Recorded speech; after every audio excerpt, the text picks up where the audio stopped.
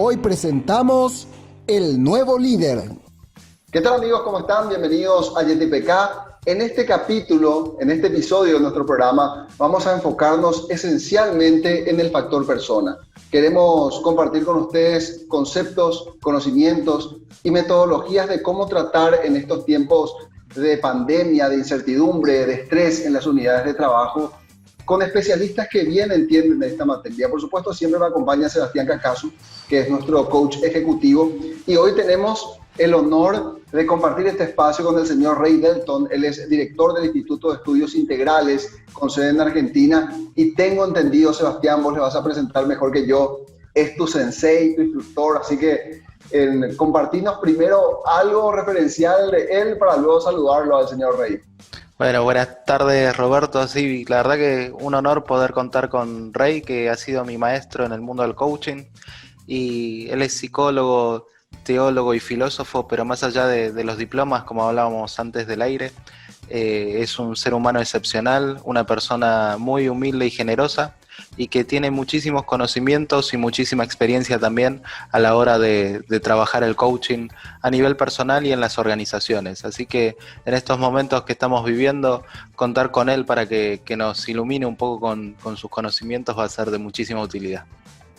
Y bueno, las circunstancias, la coyuntura también nos invita a conversar con personas que tienen ese perfil y ese conocimiento, y queremos aprovechar este espacio de YTPK para poder justamente rescatar esos valores como siempre hacemos, y qué mejor que tener su testimonio. Señor Ray, buenas tardes, gracias por ser parte de YTPK en este episodio. No, buenas tardes y muchas gracias por palabras tan generosas de introducción. Y aquí estamos viviendo meses de gran intensidad, ¿no? Todo realmente ha cambiado.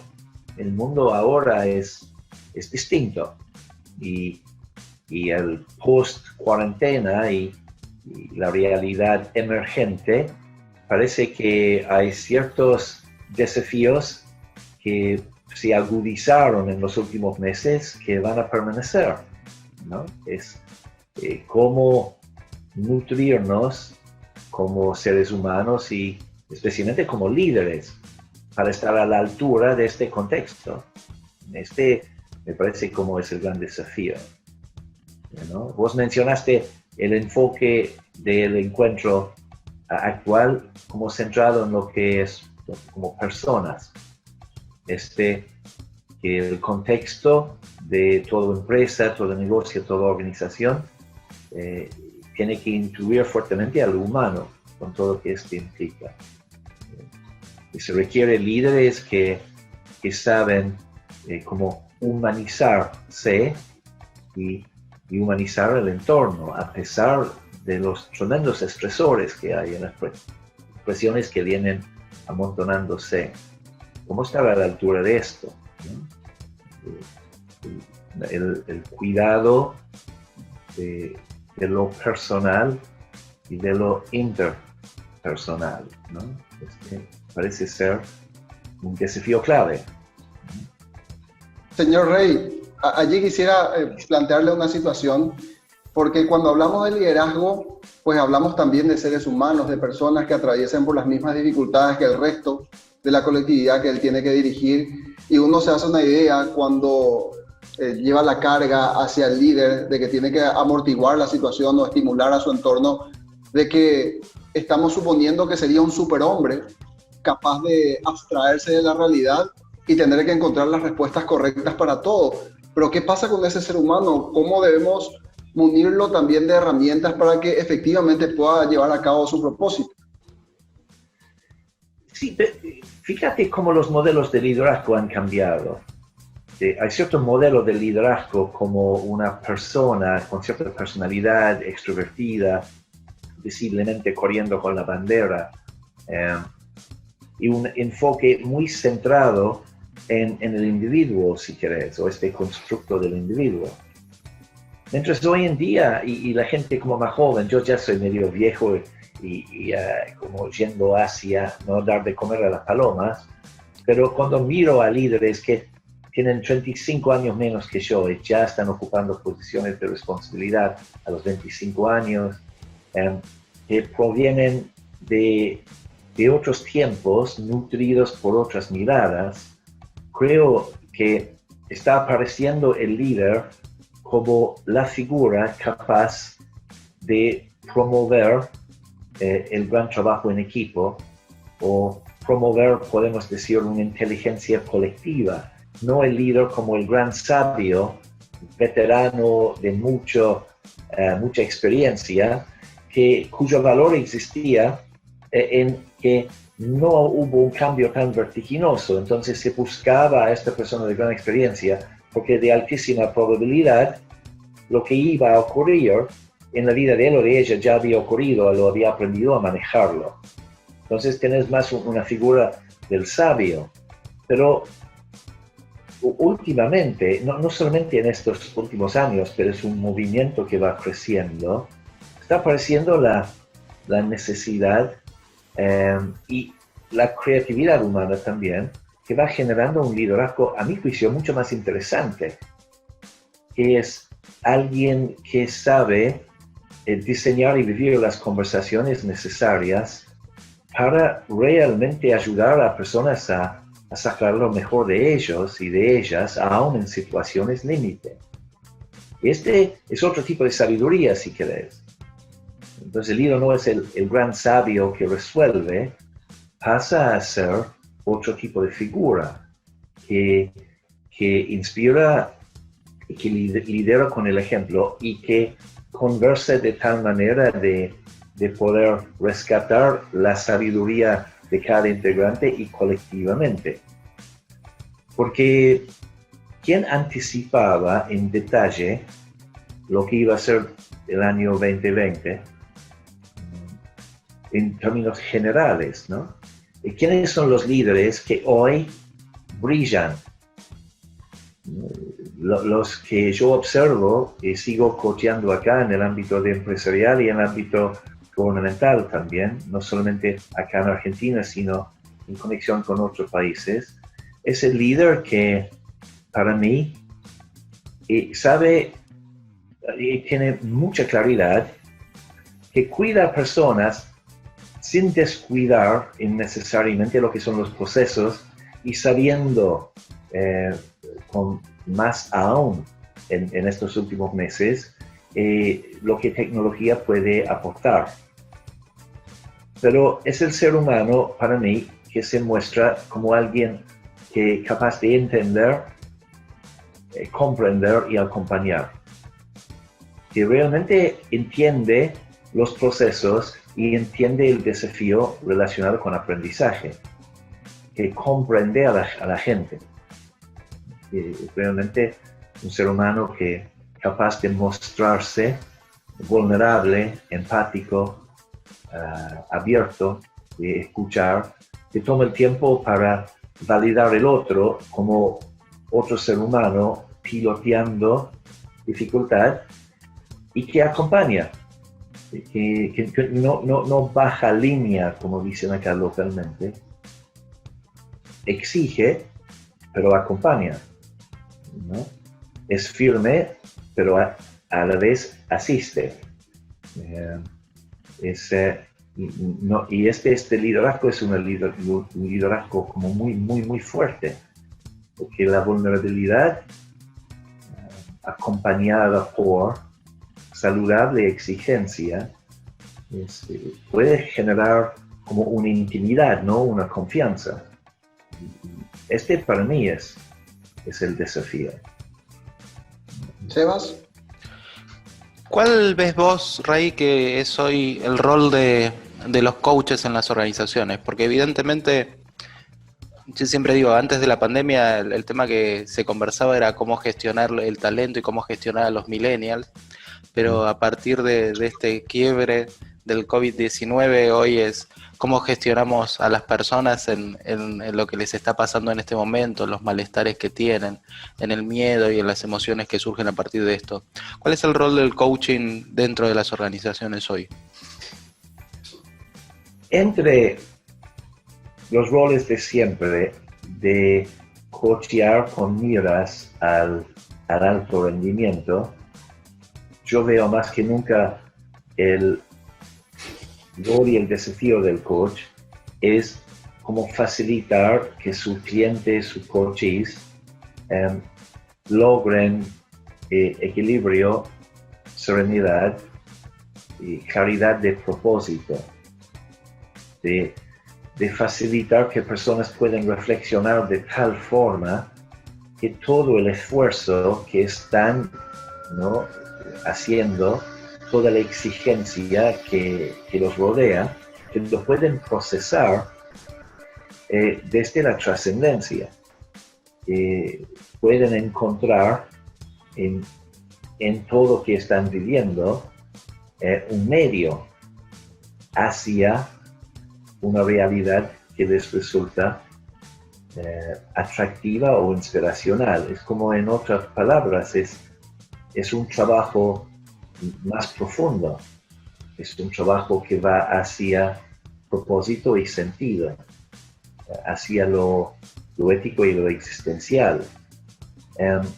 Y este es un tremendo desafío, dada la cultura organizacional, a veces orientado hacia cierto tipo de ganancia o cierto tipo de resultado, que se mide más desde el número, o podemos decir lo material, que el desafío de la empresa es de poder nombrar como meta que su gente realmente puede crecer, de tener los espacios de acompañamiento que el coaching puede brindar para terminar con líderes realmente más resilientes.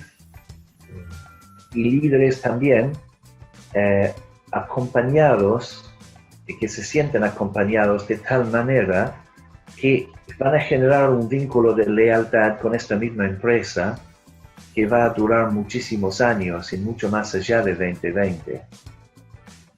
Yo me acuerdo de estar coacheando a personas en una empresa petrolera en el sur de la Argentina.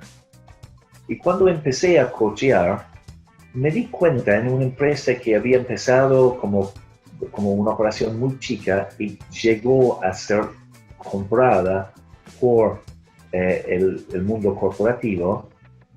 Había gente en la empresa 15 años, 16, 18, 20 años. Alguien nuevito tenía 7 años o 6 o 8 que me llamaba poderosamente la atención. Cuando yo pregunté a personas qué es lo que te ha hecho que vos te hayas quedado acá, un hilo conductor era: en mi momento de mayor necesidad hubo escucha y acompañamiento. Quizás era la enfermedad de una esposa o un esposo, un tiempo de crisis relacionado con hijo, altibajos como en una economía argentina que es siempre como un barco en medio de una tormenta, y este cuidado, como compartir, que realmente personas sentían que la empresa también estaba en las buenas y las malas, aunque a veces achicando sueldos, pidiendo paciencia, con cierta, pero no, logrando este vínculo, que aunque personas recibían posibilidades de pasar a otra empresa en otro momento, preferían quedarse donde estaban. Y este 2020 va a ser este tipo de momento, este tipo de hito en el liderazgo. Es indiscutible que habrá achicamiento, habrá como mucho dolor y desencanto. Entonces, el líder va a tener que trabajar mucho para seguir acompañando a la persona que quedó afuera, para que el líder dice, ya no está formalmente más con la empresa, pero ¿qué puedo seguir haciendo para esta persona para acompañarlo? Es una buena pregunta. Y los que quedan, con la mezcla de sentimientos con que van a vivir su sobrevivencia, ¿qué líder va a escuchar y acompañar? Acá el desafío... Allí, señor Rey.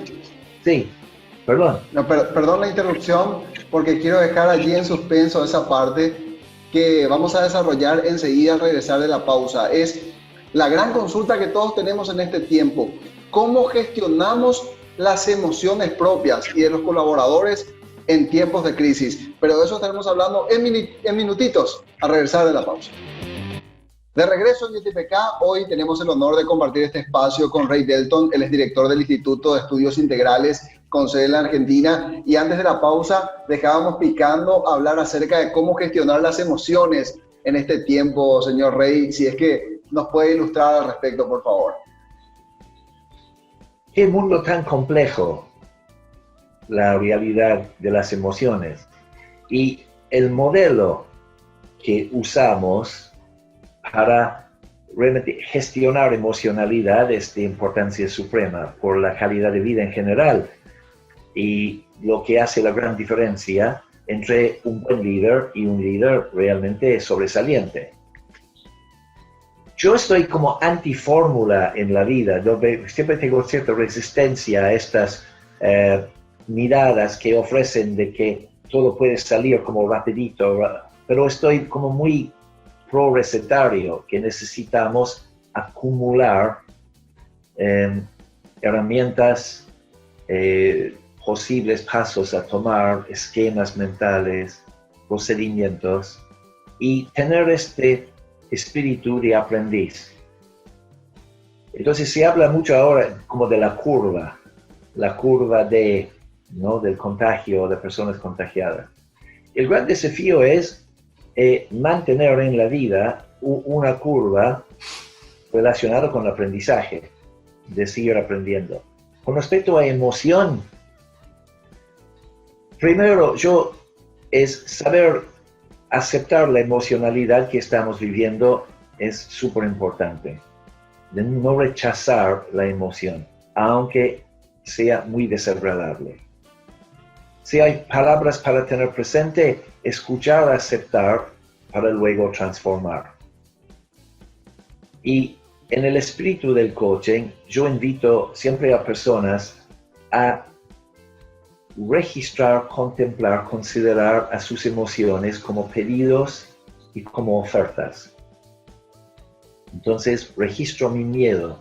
¿Qué me pide? Porque hasta que yo logre ofertar a mi miedo lo que me está pidiendo, mi miedo va a insistir. Y mi enojo, ¿en qué sentido puede ser una oferta para mí? ¿Qué me ofrece?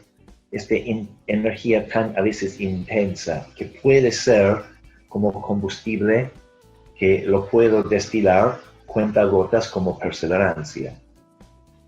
¿Cuál es el tema con las emociones? Saber reconocerlas, saber cómo diseñar pasos para aprovecharlas y luego saber gestionarlas. Es como grandes pensadores como Aristóteles escribiendo sobre enojo, por ejemplo, tarea de toda una vida. ¿Cuál para mí es la clave? Explorar la noción de virtud. Explorar lo que son valores. Tener claridad en nuestra vida, qué tipo de persona estoy dispuesto a comprometerme a ser. Y poniendo esto como el fin, gestiono mis emociones para que este hombre, esta mujer aparezca. Entonces, pedidos, ofertas, riqueza, ¿no?, de energía, y también emociones como maneras de vivir nuestros valores más importantes. Es la capacidad nuestra de plasmar enojo en coraje, por ejemplo, hace que aprovechamiento del enojo, ¿no?, sea como camino hacia la virtud. Sebastián. Creo que no quiero pecar porque realmente Rey es filósofo y sabe muchísimo más que yo, pero había leído una frase que se la adjudican a Aristóteles que dice enojarse es fácil, ¿sí? Pero el tema es enojarse en la medida correcta, con la persona correcta, en el grado correcto y responder correctamente a esto, ¿no? Y a veces somos, como seres humanos, no tenemos el diccionario adecuado para primero entender qué es lo que nos está pasando y entender estas emociones. Y muchas veces conversando en espacios de coaching de organizaciones, yo me encuentro con gente que le preguntas cómo está y te dice mal, ¿no? Y mal muchas veces queda corto a la hora de entender y aceptar la emoción que está ocurriendo. ¿Cómo podemos trabajar esto, Rey, con nuestros colaboradores, en nuestras empresas, como para que se pueda escuchar esta emoción que ocurre en cada una de las personas que componen la organización? Que personas estén dispuestas a comprometerse con mayor maestría en ellos mismos. Porque la gran pregunta no es si vamos a gestionar nuestra emocionalidad o no. Otra pregunta es ¿para qué hacerlo? Y creo que cada persona tiene el desafío, la responsabilidad de contestar esta pregunta por su cuenta. ¿Para qué? ¿Cómo gestionar mi miedo, mi angustia, mi culpa, mi enojo, mis frustraciones y las realidades más complejas que vivimos con intensa emocionalidad, como frustración, indignación, desánimo?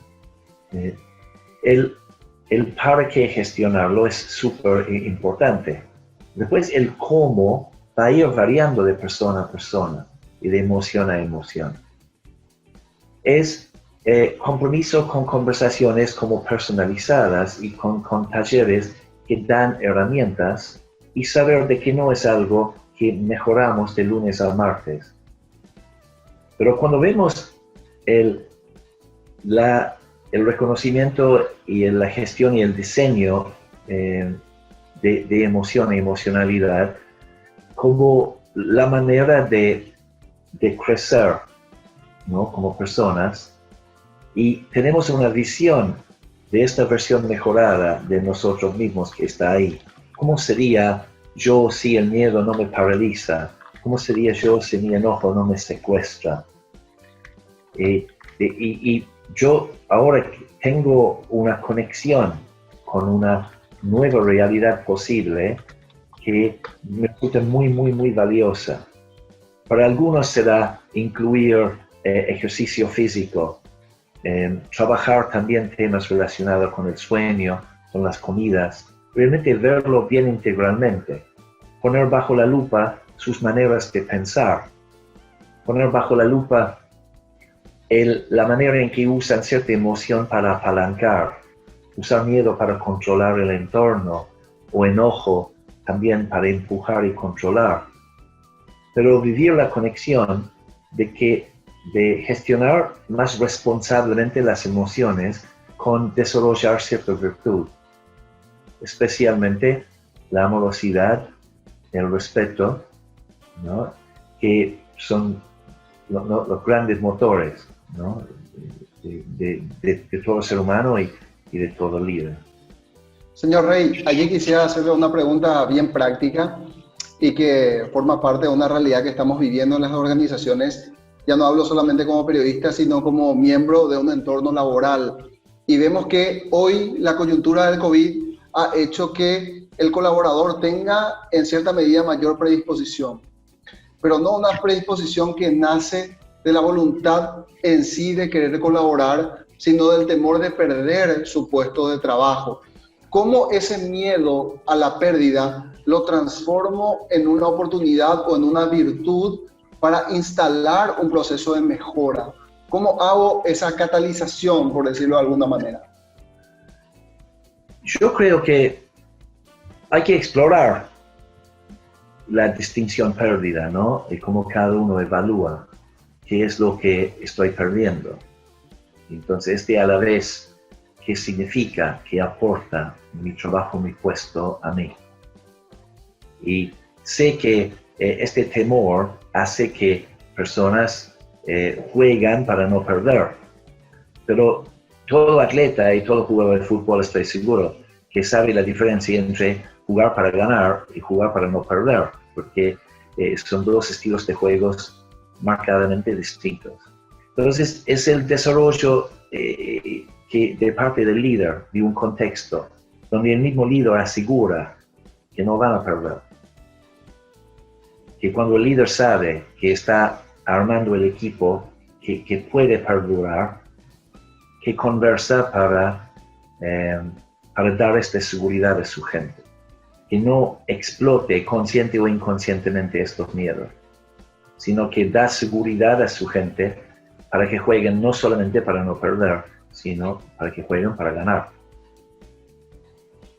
Genial. Sebas, te pido que le hagas una última consulta. También agradecemos por su tiempo al señor Rey. Sabemos que tiene otras ocupaciones y responsabilidades que atender, así que te dejo, Sebas.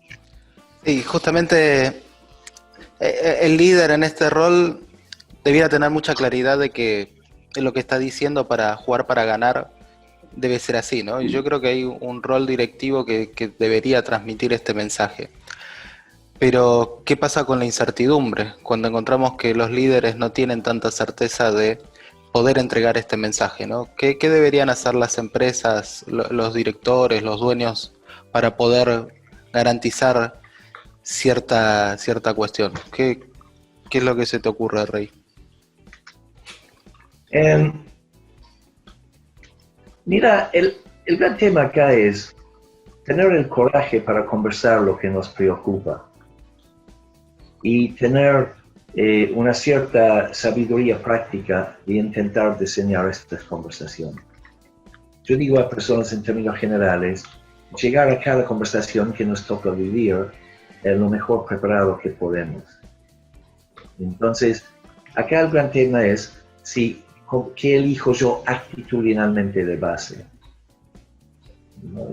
Protagonismo y creatividad, aunque tenga poca margen. Sé que mi contestación es por un lado general, pero se baja con especificidad a cada conversación y cada momento que nos toca vivir. Más aún, en intentar nombrar hacia dónde necesito llegar, aunque una conversación a la vez, un día a la vez, un dominio a la vez, es lo que va a hacer la diferencia hoy en día. Porque la única otra opción es espero hasta que otro marque el camino. O quizás voy a intentar, ¿no?, abrir camino yo por mi cuenta. En el vínculo, la conexión, la próxima operación, la próxima conversación, el día que me queda, la semana entrante. Excelente, señor Rey. Muchísimas gracias por su tiempo, gracias por esta conexión que hizo para JTPK y por sobre todo el poder compartir con nosotros estos conceptos que entendemos son muy válidos para estos tiempos, donde también hay que apelar a la reflexión y al fortalecimiento del factor persona en cada una de las organizaciones. Muchísimas gracias por su tiempo. Sebas, te quedas conmigo. A la vuelta de la pausa vamos a estar hablando justamente de reinvención de las empresas y de cómo discernir aquellas ideas de mejora que verdaderamente se pueden incorporar a la organización, cómo establecer esos parámetros. De eso estaremos hablando enseguida al regresar de la pausa.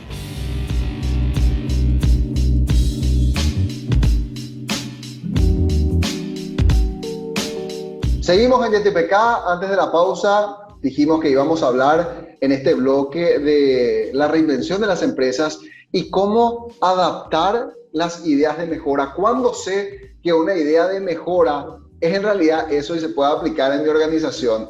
Y qué mejor que compartir este espacio con nuestro compañero Oscar Toledo, que es especialista en procesos, para poder darnos luz acerca de cómo se gestiona también desde el punto de vista de la gestión empresarial. Cuando algún colaborador dice, yo creo que esto tenemos que hacer, cómo calzamos con nuestra realidad y cómo sabemos que efectivamente eso se puede llevar a la práctica. Oscar, te doy paso a vos porque con con Sebastián ya estábamos hablando en el bloque anterior. Bueno, gracias de vuelta por este espacio que podemos conversar sobre estos temas y en particular realmente en el momento en que nos encontramos, Roberto. O sea, hoy estaba escuchando a varios colegas tuyos mencionar si era mejor guardar cuarentena hoy o guardar cuarentena en el momento que lo hicimos, ¿verdad? Por todo el nivel de incertidumbre y por todo lo que hoy todavía estamos hablando 100 días después de la pandemia y yo creo que vamos a seguir hablando por mucho tiempo hasta que aparezca la vacuna y podamos estar un poquito más tranquilos sobre este aspecto, ¿verdad? Y en el tema de reinvención, el tema de dejar de tener miedo, por sobre todas las cosas, ¿verdad? Porque yo creo que hoy fundamentalmente el tema miedo, que creo que tenemos que saber llevar un poco este tema, ¿verdad? Si cierro o no cierro mi negocio, si mi negocio va a ser lo suficientemente rentable o muchos de ellos básicamente como o prácticamente también ya cerraron. O sea, es decir, hoy nos enfrentamos a un escenario que realmente amerita que una vez más, como estábamos conversando también en los programas anteriores, Roberto y Sebastián, de vuelta a la comunicación y parece que es el punto focal, ¿verdad? Y cuando hablamos de comunicación, esa comunicación vertical, horizontal, y entender básicamente cómo nos manejamos dentro de las empresas, ¿verdad? Si bien siempre venimos indicando que la mejor manera de trabajar es gestionar los procesos, ¿verdad? Pero sabemos que básicamente esto no es tan así. ¿Por qué? Porque fundamentalmente la mayoría de nuestras empresas siguen trabajando en forma funcional. Y el saber escuchar al colaborador, o sea, cuando entiendo que el colaborador me está dando ideas de mejora y esa idea de mejora, yo siempre trato de interpretar que ese colaborador cuando me trae esa idea de mejora es porque él quiere conservar su trabajo. O sea, yo todavía no me tocó la oportunidad que un colaborador me traiga una idea de mejora y sea para perder su trabajo, sino todo lo contrario. Entonces, si tenemos realmente esa manera de escuchar o esa manera de entender cuando un colaborador trae un concepto o una idea de mejora, poder trabajar esa idea o por sobre todas las cosas, escuchar, tomar y en definitiva, si realmente va a ayudar a mejorar la gestión, ¿por qué no tomarla, verdad? Pero creo que en este tiempo, en el momento en que nos encontramos, a nivel de incertidumbre que nos encontramos, hoy mirar básicamente, yo creo que claro, lógico, mirar nuestro plan estratégico, mirar básicamente cómo están nuestras inversiones o mirar nuestros costos fijos. Pero habíamos dicho, y creo que seguimos sosteniendo esto, el hecho de que un plan de continuidad se traduce en una buena comunicación. Yo creo hoy más que nunca. O sea, hoy creo que si es que no conversamos con ese departamento de logística que acaba de llegar de la calle, ¿cómo le fue? ¿Cómo podemos mejorar? ¿Qué tenemos que hacer? Porque él es el que está sintiendo en la calle, él está sintiendo el temor de la gente, él está escuchando al cliente cuando entregó la mercadería, qué le dijo, o sea, un montón de cosas que creo que hoy más que nunca nuestros propios colaboradores tenemos que sentarnos y dialogar con ellos, porque ellos son seguramente los que están acumulando los niveles de encuestas que hoy muchos economistas o muchos especialistas no tienen, porque no todos están en la calle sintiendo lo mismo, independientemente de los niveles de servicio o de diferentes tipos de empresas que hoy básicamente están trabajando, ¿verdad? El día de ayer me cupo un poco estar ahí sobre la avenida Charles de Gaulle y compañía, y realmente da mucho que pensar cómo estamos, ¿verdad? O sea, muchos negocios cerrados. Y decía yo, como eso es un poco hoy nuestra zona cero, en el sentido económico-financiero, y son los primeros negocios que están cerrando, guarda con eso, ¿verdad? O sea, suponiendo un tanto que esos negocios, si bien básicamente están ahí, son pymes o MIPYMES, pero estamos sintiendo el impacto que la pandemia está dejando realmente, ¿verdad? En lo económico, ¿verdad? Por sobre todas las cosas. Y entender que esto tiene esa tendencia, más que nunca, es a habilitar eso que permanentemente Sebastián habla, la escucha, ¿verdad? O sea, saber escuchar hoy realmente creo que es un medio que no sale caro y que ese recurso está dentro de la organización, ¿verdad? Sebas, y allí la pregunta también va hacia el ámbito del factor persona.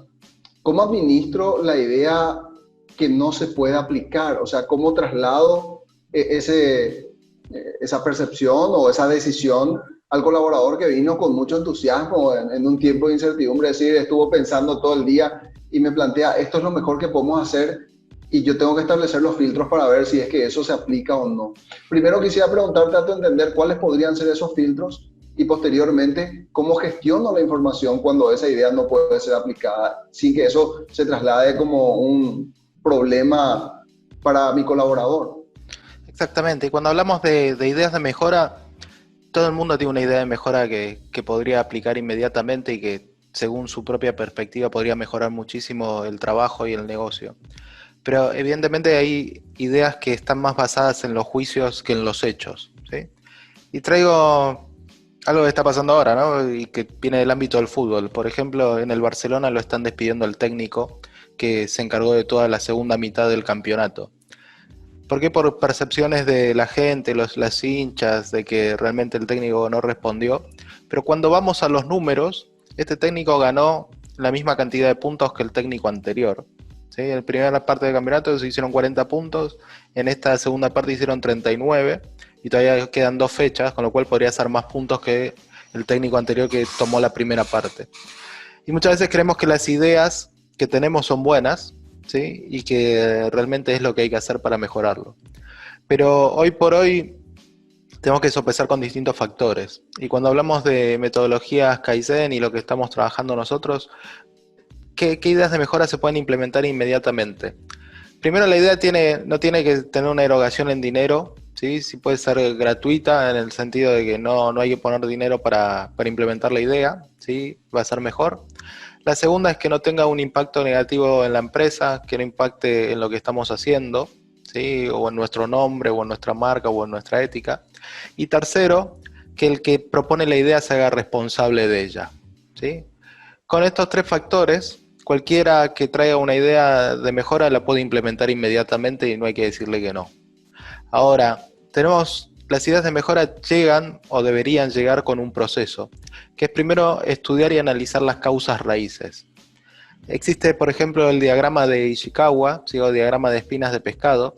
Ishikawa era uno de los primeros pensadores acerca de la calidad y uno de los que más ha producido material y contenido en cuanto a esto, donde tenemos las famosas 5 preguntas del por qué, ¿no? Empezar a preguntarnos por qué tenemos este problema e indagar hacia abajo, porque nos va a permitir encontrar la causa raíz. Porque si no, tenemos ideas de mejora que lo que apuntan es mejorar el síntoma, ¿sí? Bajar la fiebre, pero no estamos entendiendo que realmente de esa fiebre es solamente el síntoma de quizás una causa peor, que si la podemos trabajar y podemos mejorar esa causa, realmente el síntoma no va a aparecer más. Y yo creo que hoy por hoy debieran hacer las organizaciones cuáles son los 5 puntos por orden de importancia que tenemos que trabajar. Por ejemplo, una empresa hoy puede decir, bueno, reducir costos es nuestra prioridad número 1. Entonces, si las ordenamos en esta escala, ¿sí? Y podemos poner algún criterio de cómo vamos a implementar las ideas de mejora, la idea de mejora de bajar el costo sería la primera en implementarse, ¿sí? Porque lo que no tenemos que caer es en personales o en colaboradores que nos traigan sus ideas y le decimos, bueno, lo vamos a analizar y lo ponemos en una carpeta y nunca las implementamos porque termina siendo contraproducente. Les abrimos la escucha, para que puedan participar y sentirse más parte de la organización, pero si nadie les presta atención en cuanto a lo que propusieron, sí termina siendo peor.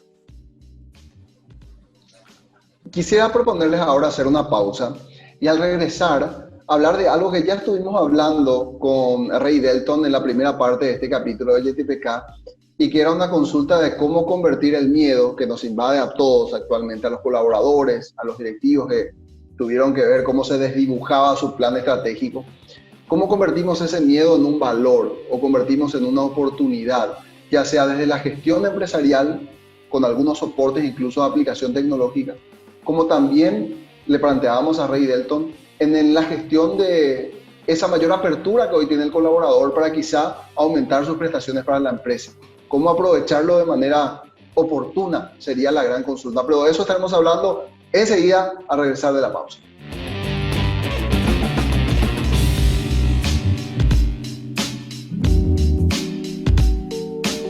Último bloque de JTPK. Y antes de la pausa les lanzaba el desafío a mis queridísimos compañeros. Ellos van a tener que hacer la magia conceptual para convertir el miedo en un valor de proyección financiera, operativa, empresarial y por supuesto también como un elemento actitudinal. Empiezo contigo, Oscar. Decime, ¿cómo hago para que ese temor que hoy nos invade en medio de la incertidumbre, el empresario o el comité, la dirección, pueda entender como una oportunidad o convertir en un valor? Por suerte, Roberto, en varios de nuestros programas hemos escuchado qué hicieron empresarios o qué hicieron dueños de empresas con relación a este tema, ¿verdad? O sea, no es que vamos a teorizar tanto, ¿verdad? ¿Qué hacer con el miedo, ¿verdad? Sino que hoy nos encontramos, y capaz que muchos nos encontramos con eso,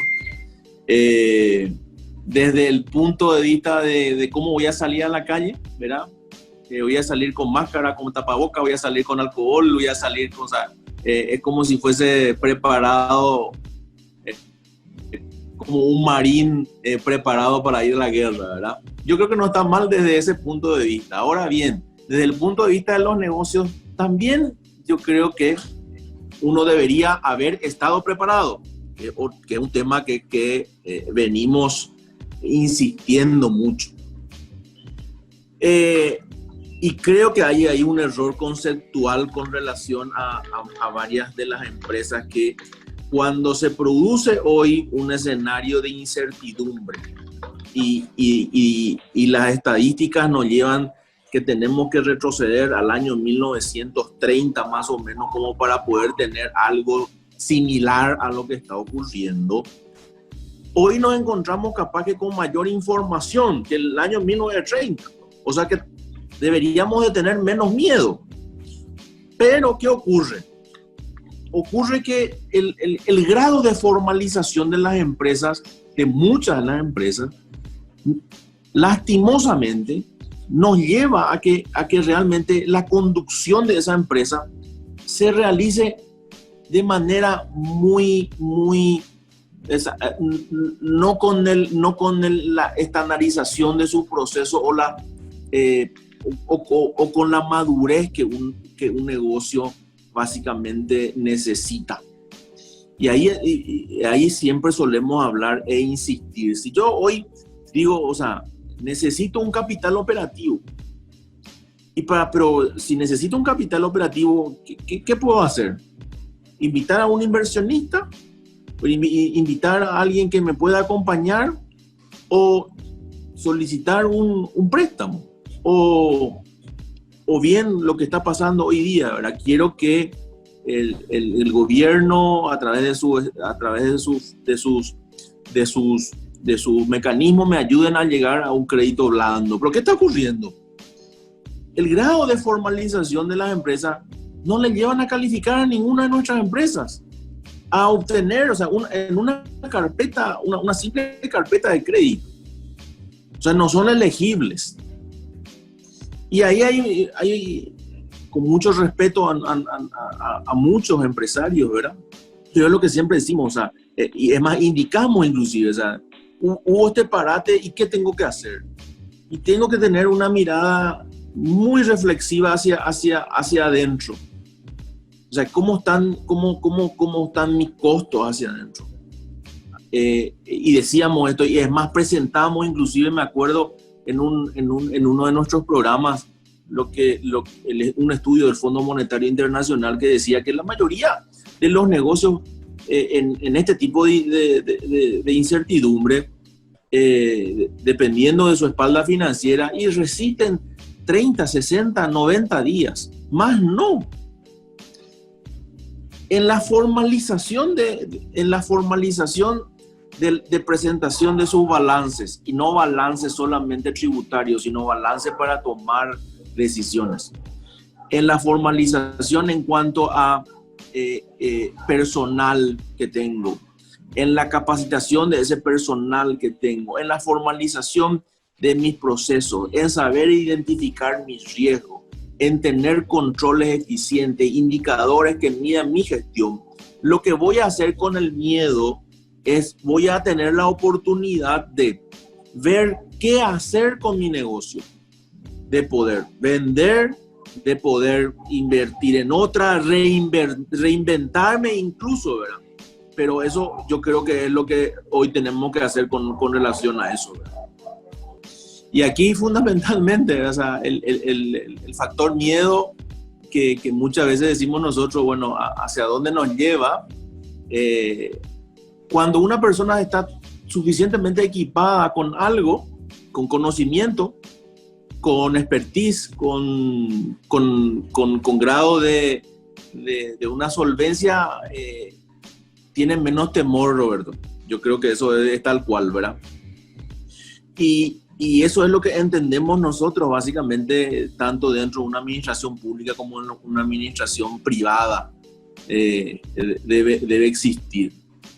Cuanto más mis procesos están maduros y entiendo yo del negocio, yo estoy preparado para estar en una posible guerra, ¿verdad? Porque hoy estamos en esa temática, ¿verdad? Pero no es porque esté en guerra, tengo que ser más duro con los que están en la infantería y menos duro con los que están en la inteligencia y atrás, ¿verdad? Sino todo lo contrario, ¿verdad? Lo que se hace en la infantería se tiene que hacer con lo que la inteligencia me está diciendo, con el equipo de inteligencia, que es lo que me está diciendo que hay que hacer. Yo creo que eso un poco se transfiere a ese ejemplo que me acabas de dar, ¿verdad? O sea, nosotros hoy, justamente lo que básicamente es la gran pregunta, hoy hasta ya dudamos por ese lado flaco, por decirlo así, en la gestión administrativa. Hoy ya estamos dudando si no era mejor hoy nomás guardar la cuarentena que guardar la cuarentena en el momento que lo hicimos. Pero yo estoy convencido de que no. Estoy convencido que en la cuarentena lo guardamos bien. Capaz que lo que está sucediendo son acontecimientos que deben de suceder. O sea, y eso capaz que también falta una comunicación más asertiva en decirnos, señores, a partir en este momento, esto son las cosas que van a acontecer. Pero ahí es donde fracasamos, ¿verdad? Porque no estamos teniendo capaz que el nivel de contención de las personas que hoy puedan precisar alguna terapia o algún servicio más preferencial, ¿verdad?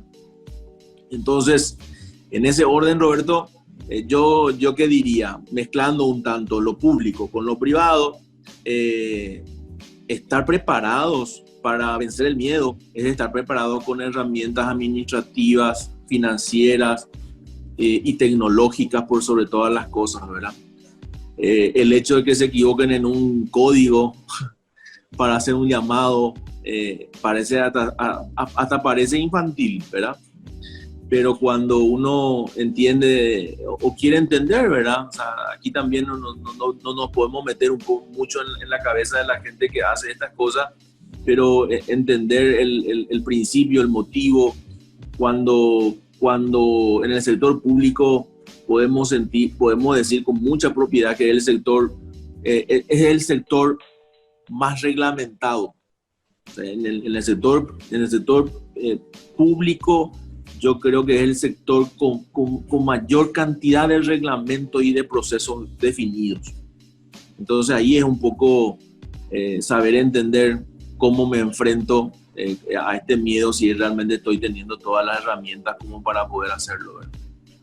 Bueno, y qué bueno escucharte, Oscar, porque me toca a mí decirlo. Oscar, por más que ya es muy conocido en el ámbito empresarial, para aquellos que no lo sepan, tiene mucha experiencia también en la función pública, estuvo mucho tiempo justamente en el área financiera administrativa, con grados importantes o con cargos muy importantes. Así que habla con propiedad de ambos sectores, tanto del público como del privado, donde hace años también está ejerciendo el rol de consultoría.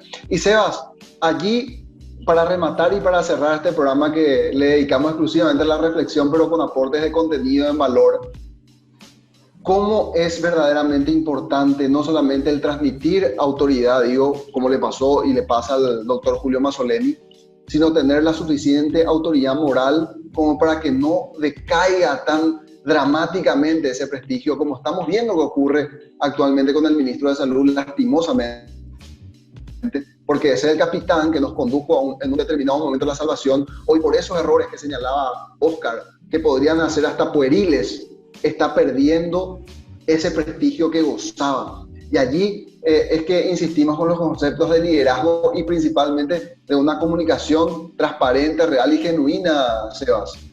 No, totalmente. Mira, yo creo que con el diario del lunes todos podemos opinar, ¿no? Pero sí, me parece que es una gran falacia pensar hoy si era conveniente hacerlo hoy o hacerlo antes, pues ya pasó y es lo mejor que hicimos. Sí, cuando hablamos de líderes que comunican, y yo lo que he visto y rescato muchas veces de lo que hace Mazzoleni en su trabajo es, él es un líder que está comunicando constantemente, ¿no? Lo bueno, lo malo, y que cuando hay silencio ahí hay como preocupación e incertidumbre, pero que realmente la dificultad de manejar esta pandemia desde la estrategia epidemiológica como también desde la parte administrativa es sumamente alta, ¿no? Y evidentemente nos damos cuenta todos que hubo muchas cosas que había que corregir. Oscar hablaba antes, ¿no? del grado de formalización de las empresas a la hora de pedir un crédito y que no pueden acceder por eso. Pero realmente había mucho trabajo que hacer antes para preparar bien todos los organismos y los sistemas de control. Y eran cosas que se venían haciendo, pero que no han llegado de la mejor manera a algo de tan magnitud como lo que estamos viviendo ahora, ¿no? Por eso, como reflexión, ¿no? ¿Deberíamos haber estado más preparados? Seguramente. ¿Qué debemos hacer ahora? Y seguir corrigiendo los errores que van apareciendo hasta que podamos tener una eficiencia, que es lo que estamos buscando. Y de vuelta, trabajar en la mejora continua para que esto cada vez sea mejor. Pero sí, la base de la mejora continua está en la estandarización. Por más ideas de mejora, por más ganas que tengamos de mejorar, si no empezamos a estandarizar los procesos, en definitiva va a cambiar esta gestión, va a venir otro después y va a ser un empezar de vuelta. Y eso es lo que no nos podemos permitir, ¿sí? Tenemos que ir evolucionando continuamente, estandarizando lo que estamos haciendo bien, corrigiendo lo que estamos haciendo mal y siguiendo hasta que realmente podamos contar con organismos que sean 100% confiables. Muchas gracias, Sebastián, gracias, Oscar. Y todo lo que acabamos de decir sirve de antesala para lo que vamos a mostrar nosotros aquí en YTPK en el siguiente episodio. Visitamos la firma Embasco, una empresa que supo estar preparada, a pesar de desconocer que vendría esta pandemia, para enfrentar de manera satisfactoria la coyuntura, supo estimular a su gente con buenos planes de contingencia y por sobre todo anticiparse a la necesidad de sus clientes. ¿Cómo lo hicieron? De eso estaremos hablando en el siguiente episodio de YTPK. Estén atentos.